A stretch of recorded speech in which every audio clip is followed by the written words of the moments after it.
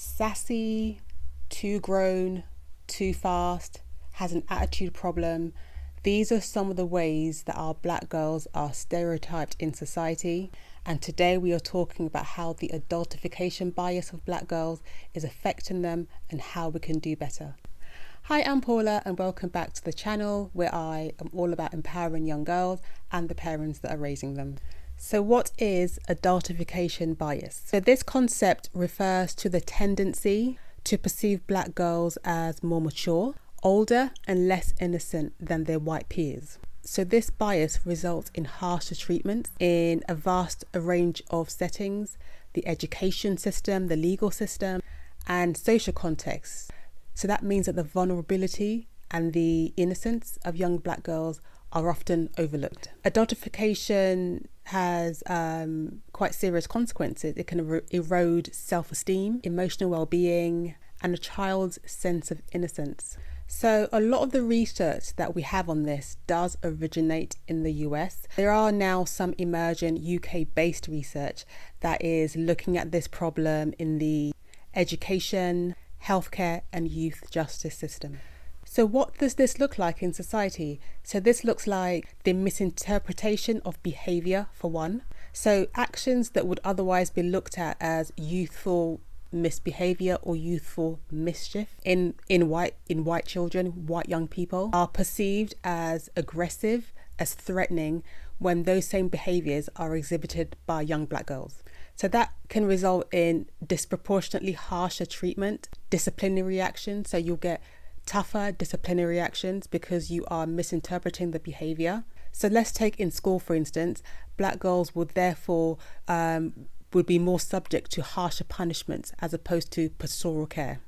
Another way is their emotional needs are often overlooked because there is this assumption of maturity that leads to the neglect of their emotional needs. There is no emotional support or safeguarding. And we obviously cannot ignore that intersectionality with trauma and systemic racism. So when it comes to their behavior, which are often trauma responsive, for example, in the youth justice system, in the legal system, these behaviors are criminalized as opposed to seen as mental health concerns that requires a different level of support.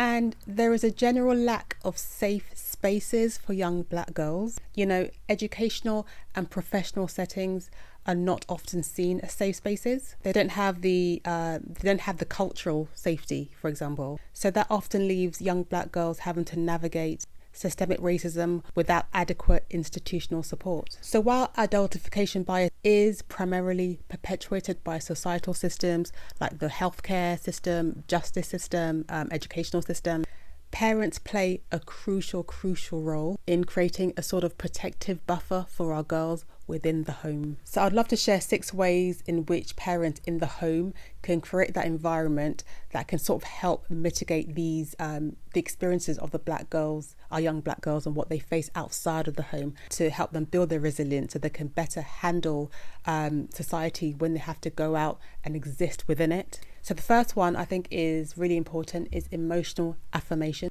Letting our young black girls know that it's okay to be vulnerable, it's okay to cry, to show your fears. You don't always have to be strong.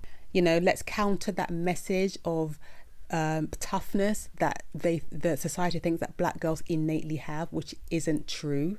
And I know that sometimes it can be difficult for parents who are raising black children because we feel like we have to make them strong, make them resilient, because how else are they going to survive in a world that's, you know, that is a racist world? You know, how could they navigate these systems that maybe looks down on them? So we have this thing that we've got to give them that strength, but we shouldn't that shouldn't come at a cost of their innocence or at a cost of their softness. The second one is let's reclaim childhood spaces for our young black girls. Let's let them play. Let's let them have leisure time. It's not always about chores and working, although those things are important as well. Let's also encourage appropriate play and downtime and their creative expression. Let them retain their right to be seen as a child for as long as possible. Number 3 is it's about language awareness, really, and this can be quite common in young girls in general, but especially girls in black and brown communities, especially the firstborn girl, who may have a lot of responsibility in the home because they're the firstborn girls. So there's all this expectations placed on her. But if we can avoid language like, you've got to be a good example, because she might feel like she can't make any mistakes, she has to be perfect. Things like, you're so mature for her age. So things like this can sort of make her internalize that sort of adultification expectation.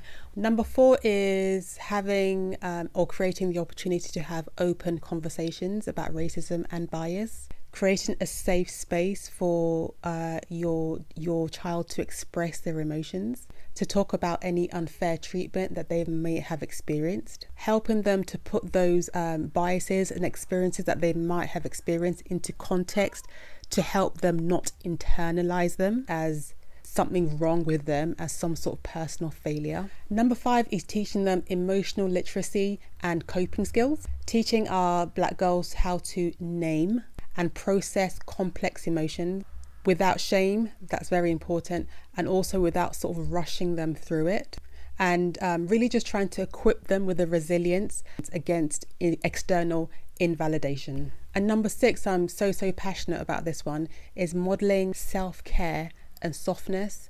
As a black mother myself, I want to encourage other black mothers to let our children see us having downtime, looking after ourselves, slowing down, being soft, demonstrating self-compassion and emotional openness as parents, especially us as mothers.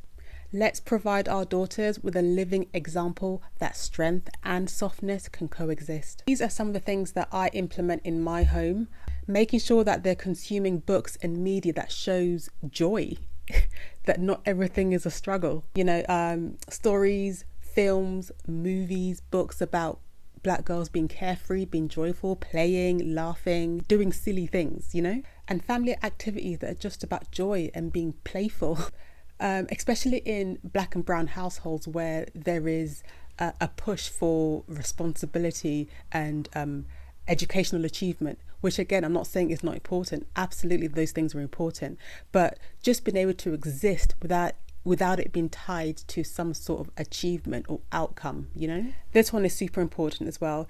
Teaching them how to stand up for themselves in a childlike, appropriate manner, especially when they are being treated unfairly. And that comes first with teaching them how to recognize unfair treatment and giving them the tools and the language to help them stand up for themselves, to speak up for themselves. And looking in your local area for resources, community groups, things that are geared towards building up black girls, their self-esteem and their leadership qualities in age-appropriate ways. So I really just want to end this video by giving you some hope, really, and to let you know that we can't change society, not overnight anyway. We can't control out there, but we can control what happens in our home.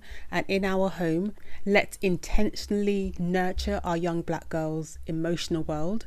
Let's preserve their rights to childhood and help them and teach them and provide them with tools to resist and to recognize societal biases. Let's create a home environment where there is softness, emotional softness, open dialogue, and cultural pride. Let's make home a place that creates that crucial buffer against external invalidation and premature adultification. Let's do our best to help our young black girls hold on to their childhood for as long as possible. If you made it to the end of this video, thank you so much for sticking with me. I'd love to hear your comments. I'd love to hear some of your experiences. Let's create a dialogue down in the comment section, and I would love it if you could subscribe and like the video, and I will see you on the next video. See you soon. Bye.